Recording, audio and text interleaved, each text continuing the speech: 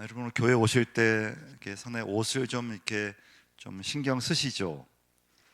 사람 살면서 이렇게 옷에 대한 참 신경을 안 쓸 수가 없잖아요. 또 교회 좀 다니고 봉사하다 보면은 몇 벌의 옷이 있어야 돼요. 뭐 신방 갈 때 입을 옷, 장례식 갈 때 입을 옷, 또 교회 올 때 입을 옷이 있고, 또 중요한 모임에 갈 때는 뭐 학부모 학교 모임에 간다든지 그러면 뭐 가장 좋은 옷을 입고 가잖아요.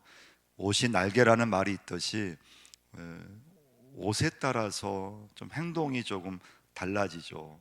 좀 편한 옷, 캐주얼 같은 옷을 입으면 좀 행동이 자유스럽죠. 좀 뭐 그냥 하고 싶은 대로 행동하게 되고요. 근데 조금 어, 뭐 정장 같은 그런 좀 예복 같은 옷을 입으면은 상당히 좀 조심하게 되고 행동도 조심하게 되고 또 그런 걸 보게 돼요.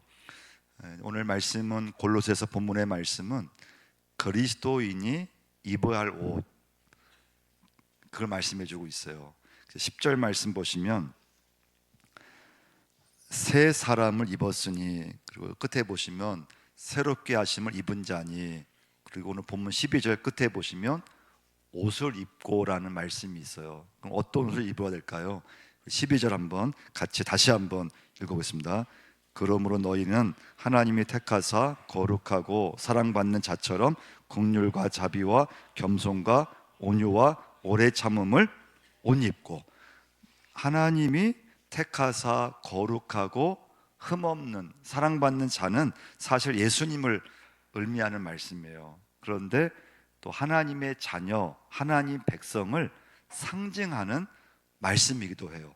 그러니까 여러분과 제가 예수 믿으면서 입어야 될 옷이 있는데 그리스도의 인격의 옷이에요. 5가지를 말씀해 주고 있죠. 긍휼, 자비, 겸손, 온유, 오래 참음. 이 5가지 옷을 입어야 된대요. 그래서 성도는 다른 사람을 긍휼히 여기셔야 돼요. 누구를 바라보든지 사람을 긍휼히 보셔야 돼요. 그리고 살면서 예수 믿으면서 우리는 자비의 사람이 되셔야 돼요. 그리고 조금 불리한 일이 있어도 가능하면은 오래 참으려고 애를 써야 돼요. 인내하셔야 돼요. 잘 참으셔야 돼요. 그리고 가능하면 온유하려고 하셔야 돼요. 온유한 말을 하려고 하셔야 되고 온유한 그런 얼굴 표정을 하려고 하셔야 돼요. 그 이유는 여러분과 제가 예수 믿으면서 입어야 될 옷이 있기 때문에 그래요. 그리스도의 성품의 옷을 입으셔야 돼요. 그리고 오늘 또 골로새 말씀 보면 2가지를 더 첨가하셨어요. 하나는 용서의 옷이고 또 하나는 사랑의 옷이에요. 13절과 14절 한번 읽어보겠습니다. 누가 누구에게 불만이 있거든 서로 용납하여 피차 용서하되 주께서 너희를 용서하신 것 같이 너희도 그리하고 이 모든 것 위에 사랑을 더하라. 이는 온전하게 하는 매는 띠니라. 할렐루야. 그래서 여러분과 저는 그리스도의 인격의 옷을 입으셔야 돼요. 예수 믿으면 주님께서 그리스도의 성품의 옷을 나에게 입혀주세요. 그래서 예수 믿는 사람은 새 사람으로 5가지의 옷을 입고 살게 돼요. 2번째 메시지예요. 15절 말씀 보시면요, 15절 읽겠습니다. 그리스도의 평강이 너희 마음을 주장하게 하라. 너희는 평강을 위하여 한 몸으로 부르심을 받았나니 너희는 또한 감사하는 자가 되라. 2번째 입어야 될 옷은 평강의 옷이에요. 평강. 여러분 교회에 오셨을 때는 마음이 평안하셔야 돼요. 이 예배하는 이 시간에 여러분 마음이 평안하셔야 돼요. 우리는 잘못하면 교회 이렇게 봉사하면서 더 막 머리가 막 복잡할 수 있고, 절대 여러분 교회에 나오시든지 교회 봉사하시면서 머리가 복잡하시면 안 돼요. 예수 믿는 사람은 세상에서는 머리가 복잡하고 세상 일로 막 그냥 문제가 있고 염려가 있고, 직장 일터에는 이런 사업하시면서 때론 문제가 막 있잖아요. 그래도 교회에 와서 이 자리에 딱 앉았을 때는요, 그냥 마음이 평안하셔야 돼요. 이건 교회 안에서 여러분 제가 누릴 수 있는 하나님의 큰 선물이고 은혜예요. 그래서 뭐라고 했습니까? 그리스도의 평강을 너희 마음을 주장하게 하라고 했잖아요. 할렐루야. 그래서 여러분 교회 오셨을 때는 마음이 평안하셔야 돼요. 교회 봉사하실 때도요 평안하셔야 돼요. 자들은 복잡하게 또 막 어떤 다른 생각이 막 들어와서 막 교회 일하면서 괜히 여러분 뭐 기분 나쁠 필요도 없어요. 교회 봉사나 교회 일은, 예배는, 우리 찬양이든 교회 모든 일은 그냥 감사함으로 하시는 거고 기쁨으로 하셔야 되고, 그리고 그냥 마음이 평안하셔야 돼요. 여러분이 예배 가운데서 평안을 누리셔야 돼요. 자, 그런데 그 평안이 그냥 오는 게 아니에요. 언제 올까요? 여러분 언제 마음이 평안하십니까? 이 평안은 하나님이 나를 사랑하신다는 확신이 들어야 돼요. 하나님이 나를 선택하셨어. 하나님이 나를 부르셨다고 하는 확신이 있을 때, 그때부터 내 마음에 평안이 찾아와요. 평안이 찾아와요. 그러니까 막 욕심이 있다든지 내 마음에 막 세상 욕심이 막 가득 차 있다든지 그러면 평강은 오지 않아요.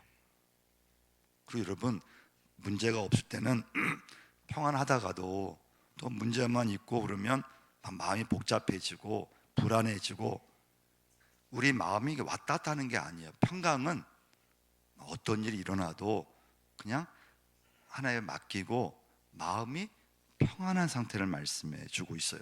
그래서 그 찬양 중에 주는 평안한 찬송 있죠.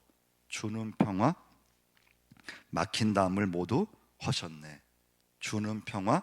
근데 그 다음 가사가 중요해요. 모든 염려 다 주께 맡기라. 주님 날 돌보시니 주는 평화, 참된 평화. 할렐루야. 그러니까 여러분과 제가 예수 믿으면서 그리스도의 성품의 옷을 입으면서 그걸 자꾸 우리는 내 삶 속에서 나타내셔야 돼요. 그리고 교회에 오면서 마음이 평안하셔야 돼요. 근데 그리스도의 평강은 그냥 오는 것이 아니고 오늘 말씀처럼, 야, 하나님 나를 사랑하시지. 하나님 나를 부르셨어.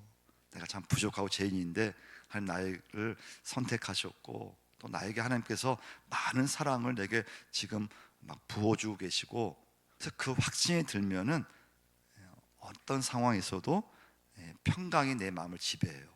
자, 그러면 그 평강을 유지하는 게 중요하거든요. 평강했다가 또 금방 불안했다가 또 평강했다가 막 흔들렸다가 그것은 평강이 아니에요. 평강을 이 시간부터 쭉 유지하셔야 되는데, 평강을 유지하는 비결이 뭘까요? 그걸 말씀해 주셨어요. 15절 말씀 뭐라고 했습니까? 끝에 또한 감사하는 자가 되라. 할렐루야.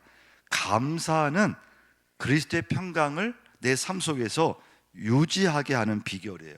그 세 번째 메시지는 여러분과 제가 입어야 될 옷이 있는데, 세 번째는 감사의 옷을 입으셔야 돼요. 할렐루야. 감사의 옷을 입으셔야 돼요. 여러분 주변에 보시면 불평하는 사람은 항상 불편해요. 불평하게 하는 걸 보고 돼요. 근데 반대로 감사하는 사람은 뭐든지 감사해요.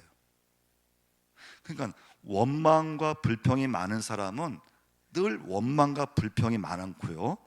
반대로 감사를 하는 사람은 집에서도 감사하고 병원에 가면 입원하면 병원에 입원해서도 감사해요. 아예 체질이 그냥 감사 체질로 변해버린 걸 보게 돼요.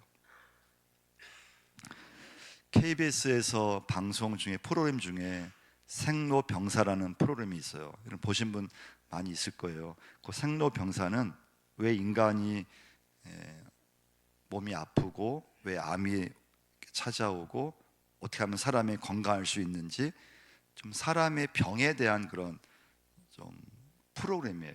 근데 그 프로그램 보면은 안타까운 그런 사연이 있는, 참 몸이 아픈, 또 어린 나이인데도 이렇게 애들이 아픈 그런 참 안타까운 사연이 많이 있어요. 근데 그 생로병사에서 의외로 강조하는 게 하나가 있어요. 사람의 몸에 대해서, 사람의 병에 대해서 이렇게 다큐멘터리 형식으로 방송된 방송이잖아요. 그럼 우리 생각에는 뭐 스트레스를 이기는 거라든가 뭐 병을 낫는 법이라든가 그런 걸 얘기를 하는 프로인데, 의외로 그 프로에서 계속 강조하는 내용이 뭔가 하면요, 감사하라는 거예요. 감사. 감사해야지만 스트레스를 이기고, 감사해야지만 병도 이길 수 있다는 거예요.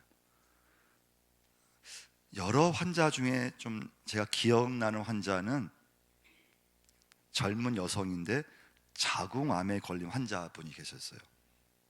근데 이 자궁암이 전이가 됐어요. 임파선으로, 간으로 전이가 돼서 이분은 안타깝게도 의사분이 고칠 방법이 없대요. 어떤 뭐 의술로는 고칠 방법이 없고, 뭐 손을 댈 수 있는 방법이 없대요. 그러니까 사실은 고칠 수 있는 희망만 있어도 뭔가 이렇게 좀 소망을 가질 수 있잖아요. 뭐 다른 방법 쓸 수 있잖아요. 근데 이분에게 있어서는 고칠 수 있는 방법이 없대요. 그리고 얼마 못 산대요. 이분이 이제 삶을 정리해야 되잖아요. 근데 이분이 한 건 뭔가 하면요, 먼저 가족에게 고마움을 표시했어요. 남편에게 먼저 고마움을 표시했어요. 나를 만나서 함께 살아준 남편이 너무 고맙더래요. 근데 그 전까지는 고마움을 표시를 못했대요. 근데 이제 얼마 못 살고 마지막이니까 남편이 나랑 살아준 것만 해도 너무 고맙더래요. 그 두 번째는 자녀에게 고마움을 표시했대요. 그 전까지는 막 자녀들 막 말 안 들면 막 혼내고, 막 자녀 때문에 마음 상할 때가 많고, 근데 이제 얼마 못 사니까 너희들이 내 자녀가 돼줘서, 우리 집에 자녀가 돼줘서 고마웠고, 엄마와 함께 살아줘서 고마웠대요. 그냥 여러분, 여러분과 저도 오늘 한번 예배 끝나면 한편 고마움을 좀 표시 한번 해보세요. 남편에게 한번 고마움 표시 한번 해보시고, 아내에게 고마움 표시 해보시고, 혹시 자녀가 집에 있으시면은 너 내 아들 돼서 고마워. 아멘 안 하시는 거 보니까 내 딸 돼서 고마워. 처음에 쑥스럽잖아요, 그렇죠? 근데 한번 해보시길 바라요. 이분이 이걸 통해서 진짜 우리는 영적으로 보면은 하나님 역사겠죠. 암이 사라졌대요. 그래서 그분은 다행히 고침을 받고 이제 회복될 수 있었어요. 이러면 감사라고 하는 게요, 오늘 이렇게 예배를 떠나서 우리 인생의 많은 문제를 해결해 줄 수 있는 게 진짜 감사예요. 여러분, 인간관계에 꼬였을 때 그냥 감사함으로 그냥 상대방을 만나면 그냥 관계가 풀어져요. 모든 문제가 해결돼요. 쉽게 해결돼요. 근데 감사가 안 나오고 원망, 불평이 나오고 불만이 생기니까 이게 관계가 이렇게 꼬였던 게 풀어지지를 않아요. 그리고 문제가 해결되지를 않아요. 근데 여러분, 꼭 이 시간에 내가 이 시간부터 감사만 잘해도 많은 문제를 해결할 수 있고, 내가 감사만 잘해도 내게 좋은 것을 하나님께서 주신다고 하는 믿음을 가지셔야 돼요. 마지막 메시지는요, 16절을 보시면 감사가 왜 중요한가 하면요, 내 안에 하나님 말씀을 풍성히 거하게 하신다는 거예요. 16절 읽어보겠습니다. 그리스도의 말씀이 너희 속에 풍성히 거하여 모든 지혜로 피차 가르치며 권면하고 시와 찬송과 신령한 노래를 부르며 감사하는 마음으로 하나님을 찬양하고. 자, 감사를 했을 때 그리스도의 말씀이 너희 속에 풍성히 거한다고 했어요. 이런 말씀으로 채워지면요, 다른 게 들어올 수가 없어요. 그래서 계속 감사가 이어지는 거예요. 여러분, 우리가 저도 뭐 설교하지만 여러분, 사람과의 관계에서는 일방적으로 가르치고 일방적으로 배우기만 하는 관계는 없어요. 저도 교우들과 이렇게 신방 가서 또 모임에서 얘기하다 보면은 교인으로부터 배우는 게 있어요. 교인들로부터 은혜를 받을 게 있고요. 여러분, 집에서도 부모님이 자녀를 가르치고 하지만 어떨 때는 자녀의 말 한마디가 부모인 내게 큰 울림이 될 때가 있어요. 자녀에게도 배우는 거예요. 근데 그 문제가 있어요. 원망이 많고 불평이 많으면 아무리 좋은 하나님 말씀을 들어도 가르침이 안 된다는 거예요. 가르침이 안 돼요. 주변에서 내게 아무리 좋은 권면을 해주고 좋은 말을 해줘도 내가 딱 마음이 이렇게 교만해져 있다든지 그러면 주변의 말이 내게 들어오지를 않는데요. 그래서 장로교를 만든 칼빈이라고 하는 분이 계세요. 그 칼빈이 이런 말을 했어요. 교만한 자에게 진리를 가르치는 것은 당나귀한테 음악을 가르치는 것보다 어렵다고 얘기를 했어요. 그러니까 여러분, 아무리 가르치려고 해도 교만한 마음을 갖고 있으면 안 된다는 거예요. 이 자리, 이 시간 우리가 아무리 하나님 말씀, 은혜로운 말씀을 내가 아무리 들어도, 설교를 해도 내 마음에 원망의 마음이 있든지 내 마음이 불편하면은 그게 안 들어온대요. 근데 감사하는 마음으로 또 겸손한 마음으로 하나님 말씀을 들으면 그 말씀이 내게 은혜가 되고 그 말씀대로 살고 싶은 결단이 생긴대요. 여러분, 언제 위로가 이렇게 좀 될 때가 있습니까? 언제 여러분 다른 사람의 말이 나에게 막 위로될 때가 있잖아요. 그때는 여러분 내 마음이 이렇게 겸손해졌을 때라는 거예요. 여러분, 사람이 상대방이 나에게 아무리 좋은 말, 위로의 말을 해줘도요, 내가 겸손해졌을 때 그 말에서 위로를 받는 거죠. 내 마음이 막 불편하든지 내 마음이 막 이렇게 높아져 있든지 그러면 아무리 상대방이 나한테 위로를 해줘도 위로가 안 된대요. 나에게 아무리 권면의 말을 해줘도 그 말은 권면이 안 된대요. 그래서 16절 다시 한번 보시면요, 그리스도의 말씀이 너희 속에 풍성히 거하여 모든 지혜로 피차 가르치며 서로 가르침을 주고받는다는 거예요. 피차 권면하고, 그 결과가 뭔가 하면 시와 찬송과 신령한 노래를 부르며 감사하는 마음으로 하나님을 찬양한다는 거예요. 할렐루야. 그러니까 이 모든 시작은 감사에서부터예요. 여러분과 제가 은혜 받을 수 있는 거, 가르침을 받을 수 있다면 마음이 정말 낮아져야 되고 내 마음이 겸손해야 되고, 그래서 오늘 주님은, 예수 믿는 사람은 그리스도의 옷을 입어야 된다는 거예요. 그리스도의 인격의 옷을 누구든 입으셔야 돼요. 근데 그 중심, 핵심은 뭐냐? 감사라는 거예요. 감사. 영국의 윌리엄 로라고 하는 분이 글을 썼는데요, 엄숙한 부름, 그 글에 이런 내용이 있어요. 성자란 기도를 많이 한 사람도 아니고 오랫동안 기도하는 사람도 아니다. 헌금을 많이 하는 사람도 아니고 자기 일을 이기는 극기 생활하는 사람도 아니고 성자란 곧 감사하는 사람이에요. 그러니까 여러분, 오늘 누가 예수 잘 믿는 사람일까요? 여러분, 누가 그리스도인일까요? 내가 집에 갔을 때 자녀를 바라보면서 감사할 수 있다면, 가정에 갔을 때 남편을 바라보면서 감사할 수 있고, 아내를 바라볼 때 행복할 수 있다면 그 사람이 그리스도인이에요. 그 사람이 예수를 잘 믿는 사람이라는 거예요. 여러분과 제가 오늘 이 시간부터 여러분 오늘 예배로 끝나는 것이 아니고 정말 내 삶 속에서 한번 여러분 모든 일에 감사함으로 나갈 수 있기를 축원을 드립니다. 우리 인생은 자꾸 쉬운 인생은 아니에요. 인생은 누구든 장담할 수 있는 것도 아니에요. 그렇지만 여러분과 제가 모든 일에 이 시간부터 하나님 감사해 보겠습니다. 하나님 감사로 한번 나가 보겠습니다. 여러분 식사를 한 끼를 하더라도 반찬이 없어도 하나님 감사함으로 식사를 하나님 이제는 하겠습니다. 하나님 교회에서 감사함으로 주를 섬기겠습니다. 하나님 교회에 와서 마음의 평안을 하나님 주옵소서. 그럼 교회에서는 마음이 정말 평안하셔야 돼요.